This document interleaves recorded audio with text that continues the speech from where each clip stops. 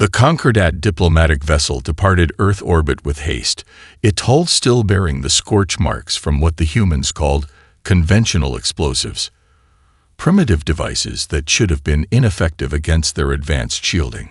General Administrator Vex Kara nursed a wound on her upper appendage, the result of what the humans termed a bullet, a simple metal projectile that had somehow penetrated her personal shield. Impossible primitives, she hissed to Science Director Nalfun. They detected our scan and responded with physical violence in less than 6 seconds. No species at their development stage should have reflexes that quick. Nalfun's sensory membranes pulsed with anxiety as he reviewed the data from their brief and disastrous first contact. The preliminary report was insufficient. These humans are dangerous beyond their technological level. Did you observe how quickly they adapted their weapons? The first projectiles bounced off our shields. The second wave was modified to vibrate at our shield's resonant frequency. They adapted during the firefight itself, Vex Kara acknowledged. And their communication speed. They didn't use any technology. Just those primitive sound waves they call speech, yet they coordinated a response faster than our neural links could process. The ship's medical bay contained 3 dead Concordat representatives and 2 more in critical condition. The human delegation had suffered casualties as well, but the Concordat's hasty departure meant they had no data on human recovery capabilities. Back on Earth, in a secured underground facility beneath the Geneva meeting site, UN Secretary-General Amara Okafor reviewed footage of the incident with military leaders from 17 nations. The room was tense but focused. They were scanning our brains, confirmed Dr. Ravul Patel, neuroscientist, and one of the survivors of the delegation. I felt it immediately, like fingers rifling through my thoughts. When Security Officer Chen responded with force, the aliens seemed genuinely shocked. They expected compliance, General Williams of the North American Alliance observed. They've likely encountered other species who simply accepted the intrusion. Secretary General Okafor replayed the critical moments. The alien diplomat's eyes glowing with an unnatural light, Officer Chen drawing his sidearm and firing a warning shot, the alien's shield deflecting it, and then the rapid escalation as Chen called out the frequency to the other security personnel who adjusted their weapons on the fly. We have 6 weeks before they return, Okafor stated, pointing to the decrypted transmission. Their technology is far beyond ours, but they've revealed 3 critical weaknesses. First, they're overconfident. Second, they're unused to rapid adaptation. Third, and most importantly, they believe themselves to be invulnerable. She stood and faced the assembled leaders, her expression resolute. Humanity has never been united before. We fought countless wars against each other, developed millions of ways to kill each other. Now, for the first time, we face an external threat that will eradicate all of us equally. I propose we show these Concordat species exactly what humans do when backed into a corner. The vote was unanimous, a historic moment that would later be recorded as the beginning of the United Earth Defense Initiative. Within hours, research teams worldwide began analyzing the small pieces of alien technology recovered from the diplomatic disaster. Weapons manufacturers retooled production lines to create ammunition that could penetrate alien shields. Space agencies pooled resources to weaponize every vessel capable of reaching orbit.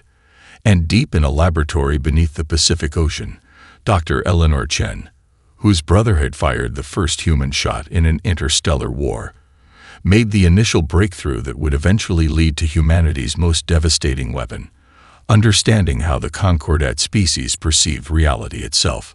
The Concordat had made a fundamental mistake.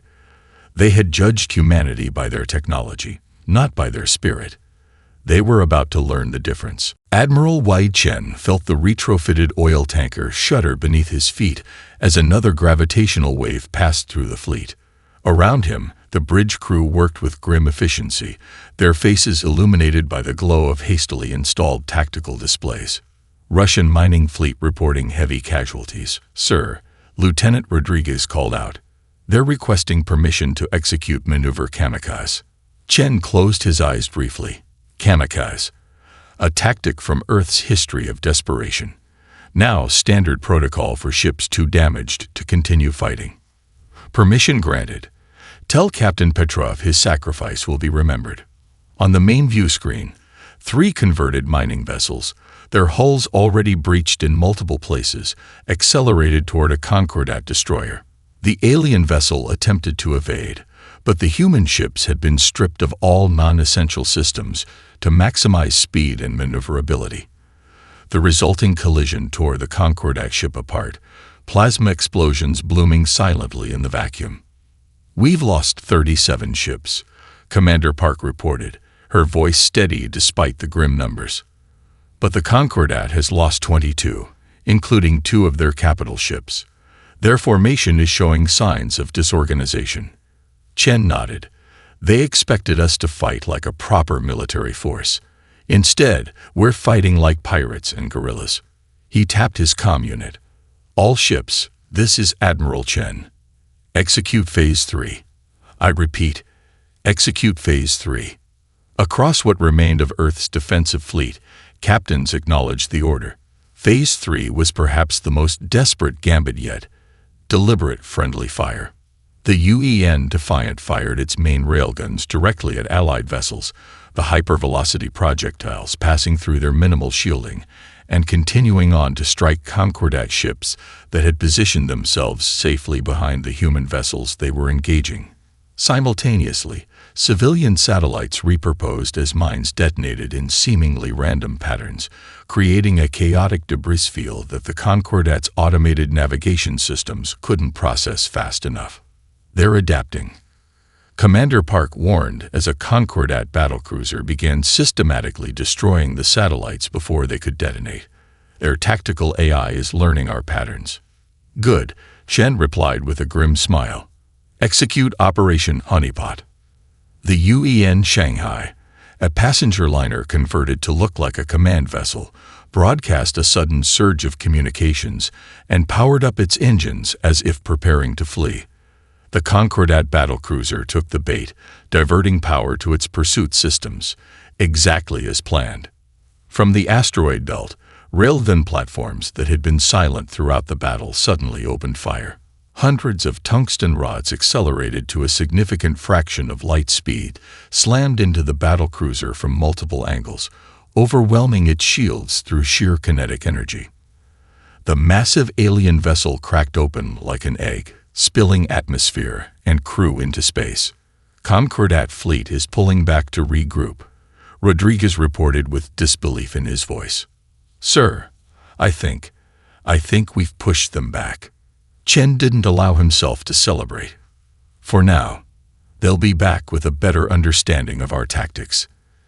Dispatch recovery vessels to collect as much alien technology as possible from the debris field, and get me a direct line to Dr. Chen at Mariana Base."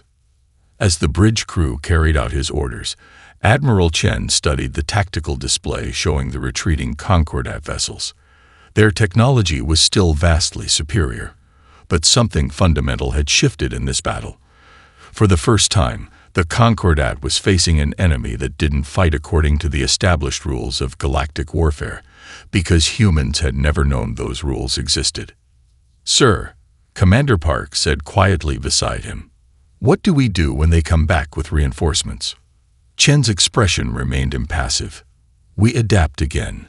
We change tactics. We fight dirty.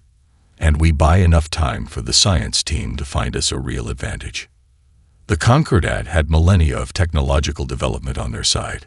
Humanity had something different, a history filled with underdogs who refused to submit to superior forces. Now the fate of Earth depended on which proved more valuable. Dr. Eleanor Chen stared at the holographic representation of the Concordat quantum communication system, her eyes bloodshot from 3 days without proper sleep. The bunker walls trembled again as another orbital bombardment struck somewhere on the surface above. She barely noticed anymore. "Run the simulation again, Jason," she instructed her nephew, who sat cross-legged on the floor beside her workstation. The teenager's fingers flew across the tablet in his lap, his young face illuminated by lines of code. "Same result, Aunt Ellie, he said, pushing his glasses up his nose. They're definitely not seeing these frequency bands. It's like they have a biological blind spot. Eleanor rubbed her temples, trying to process the implications. The Concordat species' sensory evolution had left them with a peculiar limitation. They could perceive and utilize most of the quantum spectrum, but were completely blind to certain bands. It would be like humans being unable to see the color blue while still seeing all other colors. Dr. Chen called Dr. Hiroshi Takahashi from across the lab. You need to see this. The xenobiologist had been analyzing tissue samples from a captured Concordat officer. Their neural pathways physically can't process these frequencies. It's not a technological limitation, it's biological. Eleanor moved to his station, where microscopic images showed alien brain tissue. So no matter how advanced their technology becomes, they'll never be able to perceive these bands, Takahashi confirmed. Just as we can't hear ultrasonic frequencies without technology to downconvert them. The implications dawned on everyone simultaneously. Jason was the one who put it into words. We could talk right in front of them, and they wouldn't hear us. The lab fell silent as the scientists processed this revelation. Then the room erupted into frantic activity. We need to build a prototype communicator, Eleanor instructed. Something that operates exclusively in these blind bands. Better than that, said Dr. Rajiv Patel, the quantum engineer. We could potentially access their networks without them detecting the intrusion. A backdoor, Jason said with growing excitement. Like in the strategy games Wei and I used to play. We could write a virus they can't even see. Eleanor felt a pang at the mention of her late husband, but pushed through it. Not just any virus. Something that can spread through their entire command network. For the next 2 weeks, the team worked around the clock. The bombardments grew more intense as the Concordat began its second offensive against Earth. Admiral Chen's fleet, already depleted from the first battle, was holding on through increasingly desperate measures, but everyone knew they were only buying time. The breakthrough came when Jason, inspired by an old hacking movie he'd watched with his father, suggested they design the virus not just to disrupt Concordat systems, but to selectively reveal information the elder species had been keeping from the rest of the galaxy. They've been around for thousands of years, he reasoned. What if they've been keeping certain technologies from other species? What if we could leak their secrets? Eleanor realized the potential immediately. Not just a weapon, but a revolution. She turned to the communications officer. Get me a direct line to Admiral Chen. I need to speak with the Security Council immediately. 3 days later, as the remains of Earth's fleet engaged in what might be their final battle, a small, unmarked shuttle slipped away from the Mariana base, carrying Dr. Chen, Jason, and a team of specialists. Their destination, a secret shipyard hidden in the asteroid belt. The vessel they would board there didn't yet have a name, though Phantom was the leading contender. Its hull incorporated salvaged Concordat technology, alongside human innovations that had been developed in mere weeks rather than the centuries such advances should have required. Most importantly, it carried the Whisper virus, humanity's desperate counterpunch, designed to spread through enemy systems undetected, operating in quantum bands the Concordat couldn't perceive. As their shuttle departed Earth for what might be the last time, Jason looked back at the blue planet partially obscured by smoke from the orbital bombardments. Will this really work, Aunt Ellie? Eleanor put her arm around the boy's shoulders. It has too, she said simply. We've already proven we can fight them to a standstill. Now we need to show them why humans are the most dangerous species they've ever encountered. Captain Tariq Hassan stood alone in his quarters aboard the HS Phantom, studying the holographic profiles of the Concordat's 12 elder species. Each had ruled the galaxy for millennia, evolving complex social hierarchies and technological specializations. The Vexillarian were the diplomats and administrators, the Kelthor the warriors, the Zithra the scientists, each with their own evolutionary advantages and distinct physiologies. A soft chime interrupted his thoughts. Enter, he called, and Commander Lena Okafor stepped through the door, her dark eyes betraying the exhaustion they all felt after 3 consecutive FTL jumps. "Final preparations are complete, Captain," she reported. "Dr. Chen has finished calibrating the Whisper deployment systems. We can launch at your command." Hassan nodded, turning off the holographic display. "And our crew? As ready as they'll ever be." Okafor's voice softened slightly. "They know the odds, sir. No one expects to come home." Hassan moved to the small viewport in his quarters. The stars looked strange from hyperspace, stretched and distorted. Somewhere out there was Earth, possibly already fallen to the Concordat's second assault wave. Everyone aboard the Phantom knew they might be the last free humans in the galaxy.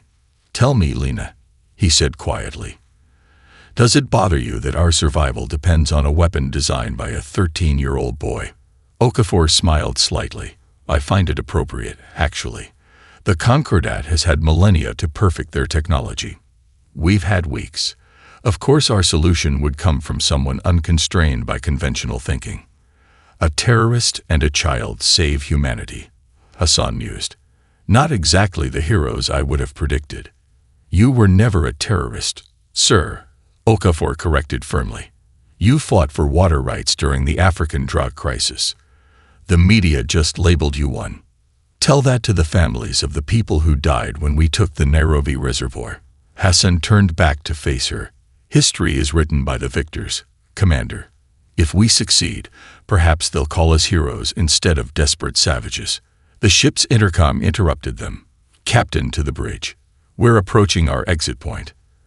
As they made their way through the narrow corridors of the Phantom, Hassan noted the determination on the faces of his small crew. Engineers from 6 continents, special forces operators who had once fought against each other in regional conflicts, scientists who had competed for grants now working side by side. If nothing else, the Concordat had succeeded in uniting humanity in a way nothing else ever had. On the bridge, Tactical Officer Maya Wong was already at her station. "Captain, long-range sensors are picking up unusual activity at our designated emergence point. Concordat energy signatures, multiple vessels." Hassan frowned. "They shouldn't have been able to predict our exit vector." Dr. Elimer Chen looked up from her console, her face pale. "Unless they've captured one of our ships and extracted the navigational data." "Could Earth have fallen already?" Okafor asked quietly. Hassan settled into the command chair. "Speculation won't help us. If they're waiting for us, we adapt." He turned to the young communications officer. "Ensign Patel, broadcast to all stations. Prepare to execute Hydra Protocol upon emergence from hyperspace." As the crew acknowledged the order, Hassan felt a strange calm settle over him. Hydra Protocol was a contingency they had developed for exactly this scenario, though no one had truly believed they would need to use it on their first engagement. "Exit from hyperspace in 30 seconds, the navigation officer announced. "Remember," Hassan said to the bridge crew, "no matter what happens next, we've already proven something important. The Concordat has ruled unchallenged for 10,000 years.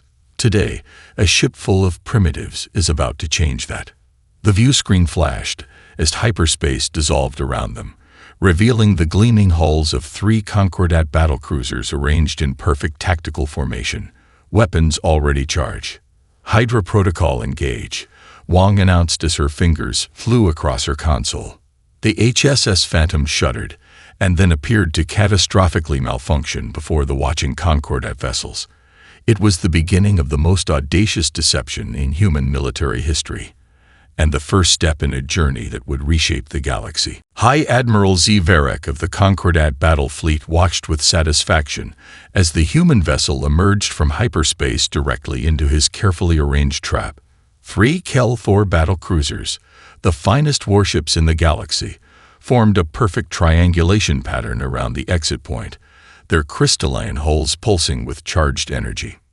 "Primitive vessel identified," announced his tactical officer, a 4-armed Zithra whose multiple appendages danced across the control surfaces. "Weapons locked, awaiting your command to fire." Z. Varek raised a clawed hand. "Hold. I want to observe their reaction first." His 6 eyes blinked in sequence, a sign of anticipation in his species. Let them understand the futility of their situation. On his command view screen, the human ship hung motionless for precisely 2.7 seconds. Then, inexplicably, it began to break apart. "They're self-destructing," observed his second-in-command with disappointment. "A coward's end." Zverek wasn't convinced. "Magnify and analyze those fragments," he ordered. Something about the way the ship disintegrated seemed too controlled. The tactical officer complied, then chittered in alarm. "High Admiral, each fragment contains energy signatures consistent with human fusion technology. They're weapons," Zverek bellowed. "Evasive maneuvers." Now, his warning came too late. The fragments of the human vessel, 26 precisely crafted decoys surrounding the ship's jettisoned outer hull, detonated in synchronized sequence. The resulting electromagnetic pulses weren't powerful enough to destroy a Concordat battlecruiser, but they weren't meant to. On the bridge of the real HSS Phantom, now stripped to its essential core and virtually invisible against the backdrop of nuclear fire, Captain Hassan watched the sensor readings with grim satisfaction. "EMP effects confirmed," reported Tactical Officer Wong. "Concordat vessels experiencing 78% systems degradation. Their shields are down, weapons offline, communications disrupted." Dr. Chen looked up from her console. The pulses were calibrated perfectly. "We have approximately 6 minutes until their systems reset." Hassan nodded. "Helm, get us clear. Maximum stealth. Deploy whisper drones as we pass the lead vessel." The sleek, streamlined core of the Phantom, less than a quarter of its original size, slipped silently past the disabled Concordat flagship. As it passed, 3 small, unassuming objects detached from its hull and latched onto the crystalline surface of the alien vessel. Inside the Concordat flagship, alarms blared as emergency systems struggled to come online. High Admiral Zverek shouted orders that couldn't be transmitted through the ship's neural network. For the first time in his 300-year career, he faced an enemy that had outmaneuvered him. "Visual sensors only," he commanded. "Where is the human ship?" His crew scanned the debris field frantically, but the Phantom, designed to be virtually invisible to conventional sensors even when fully intact, had already vanished into the darkness of space. "They escaped, High Admiral," the tactical officer finally admitted. Zverek's facial scales flattened in rage. "Impossible. No ship could have survived that detonation pattern." "The detonations weren't meant to destroy their ship," his second-in-command realized aloud. "They were a diversion." As if confirming his words, the main view screen suddenly flickered and displayed an unfamiliar symbol, a stylized human hand clenched into a fist, surrounded by stars. "What is this?" Zverek demanded. No one had an answer. None of them could see the whisper virus already spreading through their systems, operating in quantum bands their species couldn't perceive. 3 hours later, when the Concordat battlecruisers finally limped back to the nearest military outpost, they carried more than a report of an unsuccessful ambush. They carried the seeds of the Concordat's destruction embedded in their very systems. By the time the Concordat Council received High Admiral Zverek's report, 7 other outposts had already gone silent. The human ship they had dismissed as primitive had not only escaped their most experienced fleet commander, it had turned his own vessels into carriers for a weapon unlike any the galaxy had seen before. Sub-Commander Telleris of the Vexillarian Guard Fleet stood rigidly at attention as the holographic image of the Concordat High Council materialized before him. His scales had paled to an anxious gray-blue, a physiological response he couldn't control despite his best efforts. "Explain again," demanded Counselor Zexforin, the eldest of the 12 representatives, "how a single ship, a primitive human vessel, managed to neutralize Outpost Sigma 9 without firing a single conventional weapon." Telleris's throat sac pulsed nervously. "Honored counselors, we don't know."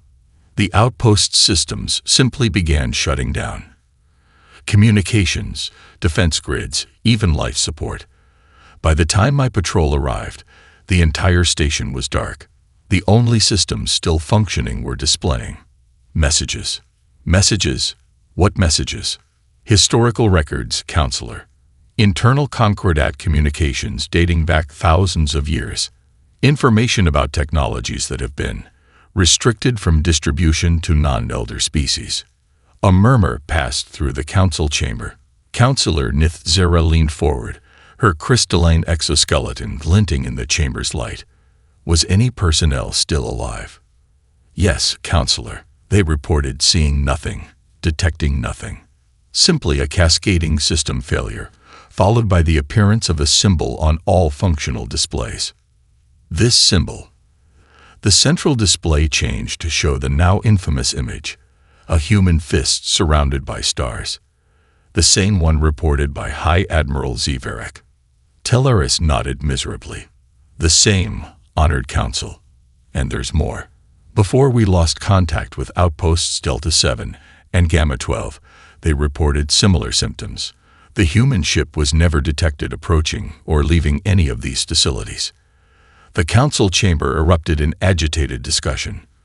Only Counselor Vexmurin, the youngest member, remained silent, studying the symbol with unnerving intensity. Silence. Zexvorin finally commanded. Sub-Commander, your fleet will intercept and destroy this human vessel before it can reach another outpost. We are uploading the last known trajectory to your command systems. With all due respect, Honored Counselor, Teleris ventured carefully. Several ships have already attempted interception. They report systems failures upon approaching the human vessel's projected path. Some have not reported back at all. Are you refusing a direct order? Zexvorin's voice had dropped to a dangerous whisper. No, Honored Counselor. I will comply immediately. Teleris bowed deeply as the transmission ended, knowing he had likely just received a death sentence. Aboard the HS Phantom, Captain Hassan reviewed the latest intelligence gathered by their whisper drones. The virus had spread far more effectively than they had dared hope, piggybacking on the Concordat's own quantum communication network. 17 outposts infiltrated, reported Dr. Chen with quiet satisfaction. The virus is replicating perfectly, remaining in the quantum bands they can't detect. Hassan nodded. And the psychological effect. Commander Okafor pulled up a holographic display showing Concordat fleet movements. Extraordinary. They're pulling back from frontline positions, consolidating around key systems. 3 separate battle groups have refused deployment orders when assigned to intercept our projected course. They fear us, Hassan observed. A single ship with a crew of 47 has the most powerful military force in the galaxy looking over their shoulders. It's not just fear, Dr. Chen corrected. The Whisper virus isn't just disrupting their systems, it's revealing their secrets. Thousands of years of classified communications, technologies they've kept from subjugated species, evidence of atrocities committed to maintain their control. How long until we reach Nexus Alpha? Hassan asked, turning to the navigation console. 18 hours at current velocity, answered Ensign Yu. But sensors show a Concordat defense fleet assembling to block our approach. Hassan studied the tactical display, noting the formation of the enemy vessels. Unlike previous encounters, these ships maintained unusual distances from each other, attempting to minimize the spread of the virus should one become infected. They're learning, he observed, adapting their tactics. So will we, Okafor stated confidently.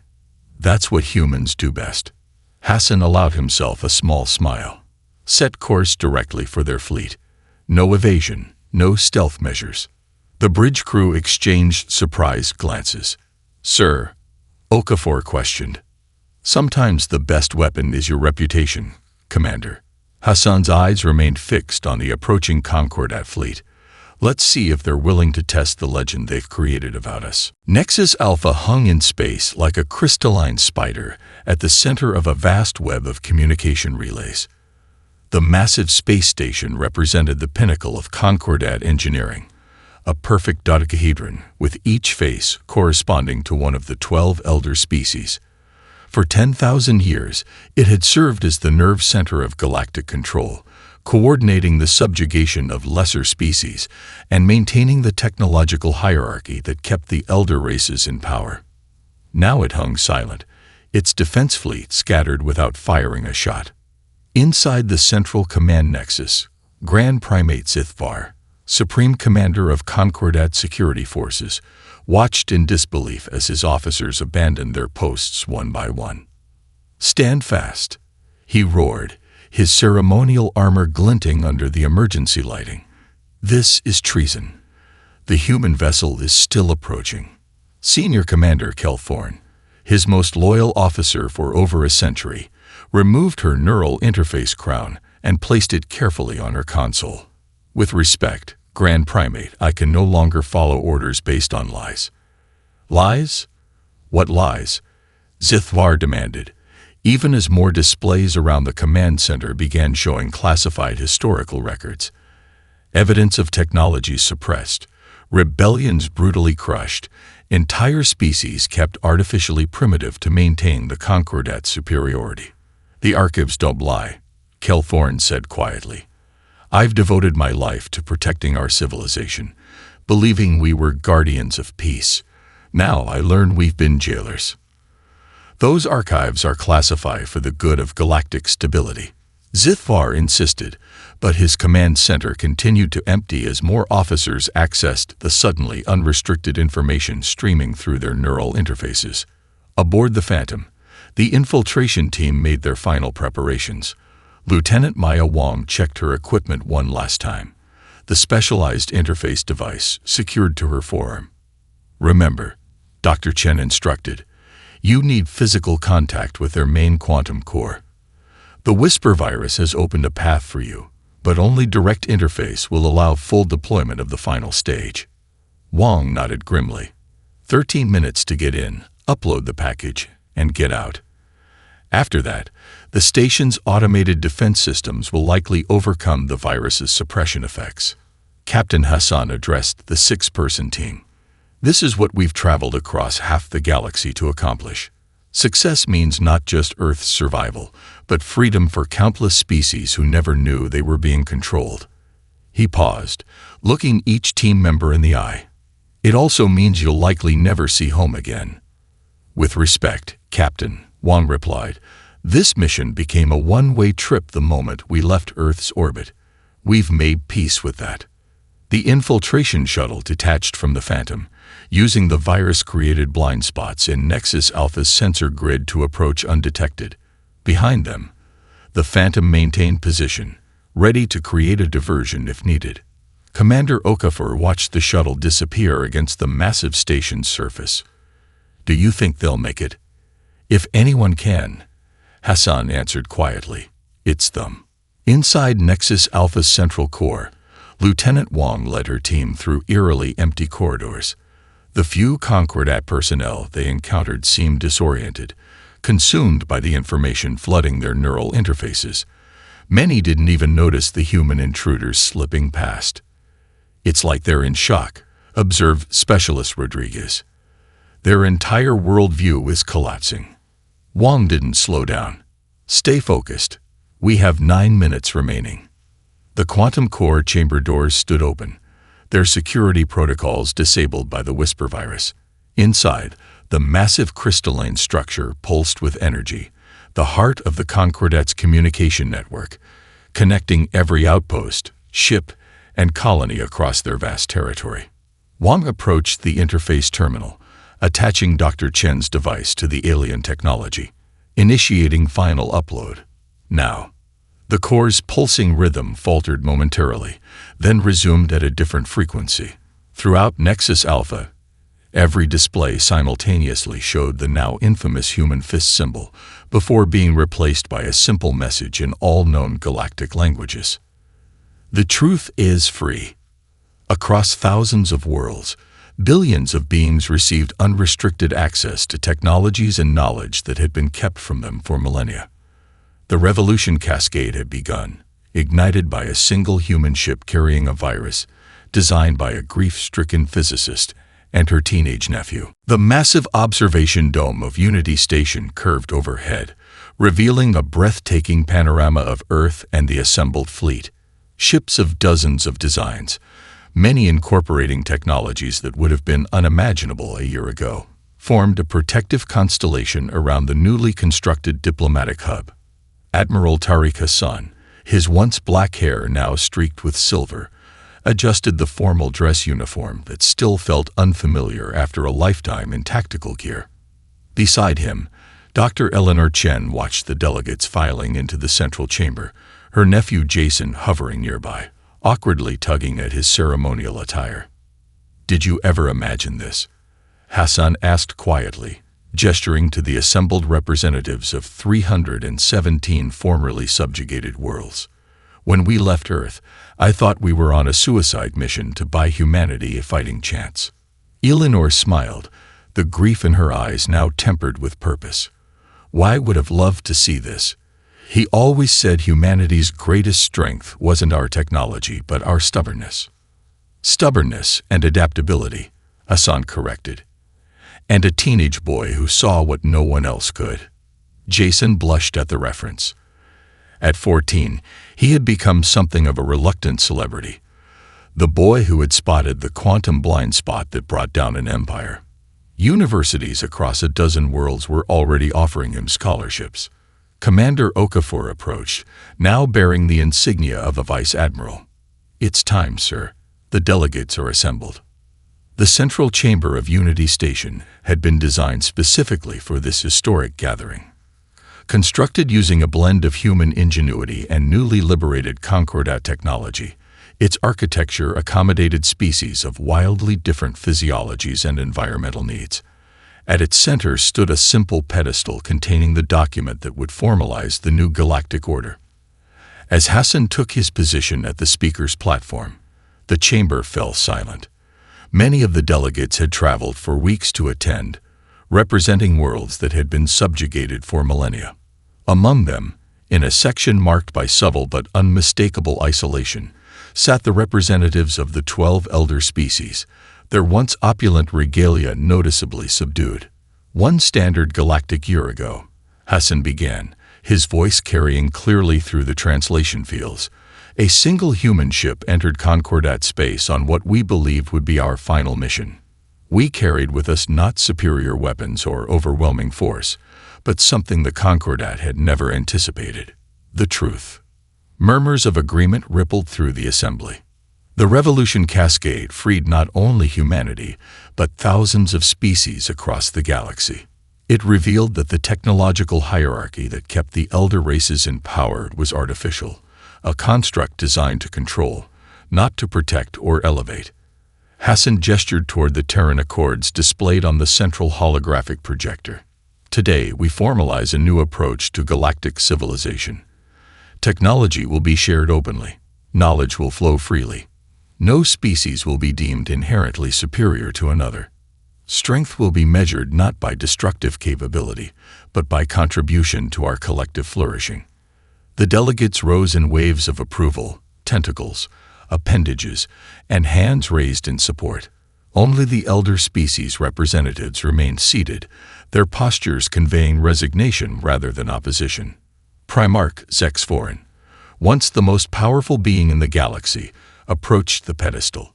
His once vibrant scales had faded to a pale gray, his ornate armor replaced by simple diplomatic robes. "The Concordat acknowledges its failures," he stated formally. "We accept the terms of the Terran Accords, including full technological disclosure and reparations to affected worlds." Hassan nodded in acknowledgement, then surprised many by offering the Primarch his hand in the human gesture of reconciliation. "The past cannot be undone, but the future remains unwritten." As the signing ceremony began, Hassan added one final article to the document, one crafted from humanity's long and complicated history. "The purpose of power is the protection of the powerless." When the former Primarch asked how humans intended to enforce such an idealistic vision, Hassan simply gestured to the viewports. Outside, a new fleet was assembling, each ship bearing the Phantom's insignia, but crewed by members of dozens of different species working together.